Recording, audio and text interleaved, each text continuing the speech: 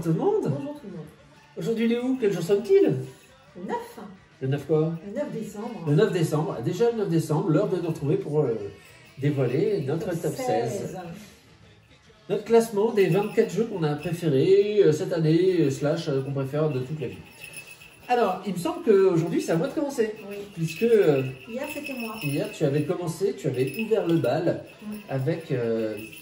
c'est longtemps hier, je me rappelle plus. Ancient Knowledge, je t'avais mis. Et voilà. J'avais moi mis en 24e position. Moi, c'était Horror Arcade, donc on s'en fiche, puisque aujourd'hui, c'est le top 16. Et plus le top 17. Alors, qu'est-ce que j'ai mis, moi, en 16e position? J'ai mis un jeu que nous avons découvert cette année. Laisse-moi un peu la place, s'il te plaît. Et un jeu dont j'ai eu l'occasion de faire pas mal de vidéos, et notamment une campagne solo que je vous ai montré. Ce jeu, c'est Overboss. Regarde pas, hein. Alors, Overboss, déjà, moi j'aime bien le principe d'un jeu qui vous propose un monde en 16 bits et qui a été créé par un type qui s'appelle Aaron Neburn. Je suis désolé, ça me fait rire. Alors, c'est un jeu donc de monsieur qui s'appelle Aaron Mesburn, on va dire, chez Lucky Duck Games. Dans Overboss, vous incarnez un boss de jeu vidéo. Parce que ça se passe vraiment dans l'univers en 16 bits des jeux vidéo de... Donc Overboss se déroule dans l'univers des jeux, des consoles 16 bits du début des années 90. C'est un jeu de placement de tuiles, un peu à la Cascadia. Bon, j'ai tout expliqué dans les vidéos que je vous ai déjà présentées à ce sujet. Donc, votre but, être le boss le plus méchant, le plus redoutable de toutes les consoles de jeux vidéo. Donc, vous allez placer des tuiles avec dessus des petits personnages associés ou pas, effectivement, ce qu'on peut trouver. Les tuiles, c'est différents types de terrains. Il va falloir les agencer de manière à marquer un maximum de points de victoire. Donc ça, c'est un truc classique. Les petits personnages, les petits pions que vous placez dessus vous rapportent eux aussi des points selon la façon dont vous les placez. Alors, ça rappelle vraiment le principe de Cascadia. C'est Cascadia en un peu moins stratégique parce que le placement de vos tuiles, enfin les limites sont imposées. Vous ne pouvez pas vous étendre n'importe où, n'importe comment. Voilà, vous devez faire un carré de 3x3 ou de 3x4. Du coup, c'est un rectangle. Ou un carré de 4x4. Voilà. Par contre, c'est beaucoup plus fun quand même. Enfin, déjà par la thématique, enfin, j'aime bien la nature, mais là on est sur un niveau quand même plus délire. Et surtout, le jeu prend toute sa dimension. Tu sais, on ne voit plus hein, si tu te caches derrière le jeu. Le jeu prend toute sa dimension lorsqu'on joue à plusieurs, parce qu'il y a des cartes qui s'appellent les cartes manœuvres. Et à partir de ces cartes manœuvres, lorsqu'on dispose nos tuiles en reproduisant certains motifs donc, qui sont présents sur ces cartes, on va commencer à pouvoir interagir sur le plateau du joueur d'en face. Ça devient totalement chaotique. Quand on a vu, j'avais trouvé ça hyper drôle. Ça devient même limite, la stratégie se perd un peu parce que ça devient vraiment dur de prévoir ce qui va se passer. Mais par contre, il y a des retournements de situation qui sont vraiment très drôles. Donc moi, c'est un jeu que j'ai beaucoup aimé cette année. Alors là, je l'ai mis en 16e. Je ne sais pas si dans l'absolu, c'est mon 16e jeu préféré de tous les temps. Peut-être pas quand même. Mais par rapport à ce que j'ai joué cette année, il est assez haut. Il y a des vidéos sur la chaîne que je vous conseille d'aller voir si ce n'est pas déjà fait. Il y a donc, ça peut jouer jusqu'à 4 joueurs. Sachez qu'il y a un mode solo qui vient avec une campagne qui est très rigolote à faire. Celle que j'ai faite, que j'ai filmée. Et donc c'est le jeu que j'ai placé à la 16e position de mon top 24 des jeux de cette année et de tout le temps. Et toi Léo, qu'est-ce que tu nous as mis en 16e position? Alors, moi, en 16e position, j'ai mis un jeu qui, je pense, va être beaucoup plus haut pour toi. Ah. C'est Oltré. Oltré. Ouais. Donc c'est un il est là. C'est un jeu qu'on a découvert cette année. Ouais.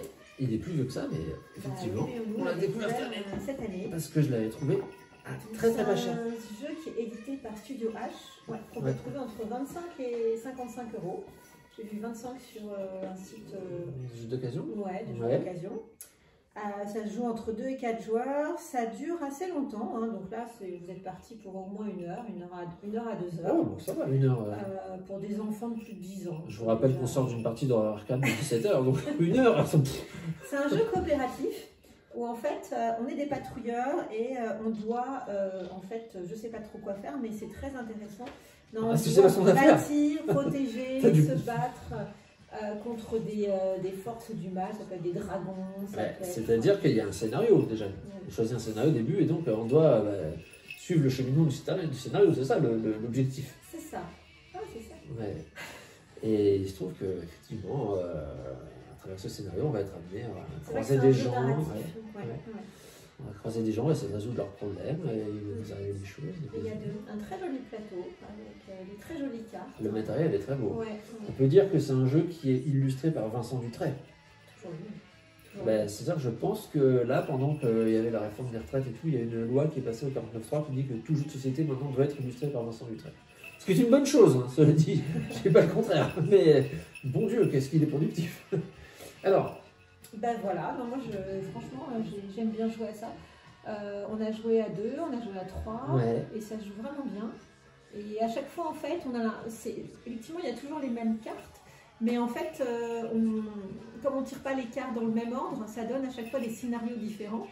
Et à chaque fois on a le choix en fait, on a des options, c'est-à-dire qu'on dit ben voilà, il se passe ça, qu'est-ce que vous choisissez, est-ce que vous aidez la jeune fille qui est en train de se noyer ou est-ce que vous la laissez se noyer parce que ça va vous prendre trop de force. Donc voilà, à chaque fois il faut. Alors des fois c'est des choix un peu plus subtils quand même, parce que bon là c'est. Oui, mais j'essaye de. On est comme des chevaliers, donc je suppose que si on voit une jeune demoiselle en détresse, ça va. Ça dépend, ça dépend. Bon, bah moi j'irai l'aider. Bon. Enfin bon voilà, donc en tout cas, non c'est sympa. Ce que tu peux dire aussi, c'est que les tours de jeu sont extrêmement rapides. Oui. Parce qu'on a 2 points d'action à dépenser. Donc en gros, il y a un déplacement, une action. Ce qui fait que c'est bien parce que en fait, ça va vite. Il n'y a pas de downtime. On n'attend pas, bon bah alors moi attends, je réfléchis, qu'est-ce que je fais et du coup c'est vrai que c'est assez dynamique. En plus, il y a moyen de moduler la difficulté du jeu avec les cartes rencontres, là, les paquets de cartes rencontres qu'on met en place au début.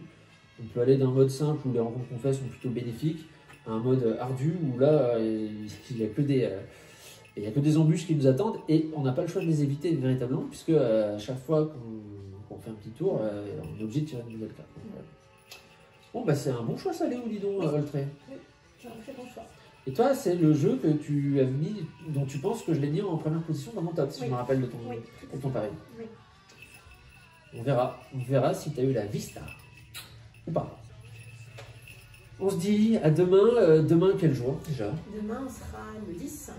Déjà le 10 et ce sera peut-être le moment de dévoiler notre top 15 alors. Je crains. Et bien alors à demain, je vous pour le top 15. À demain tout le monde. Au revoir. Take it away.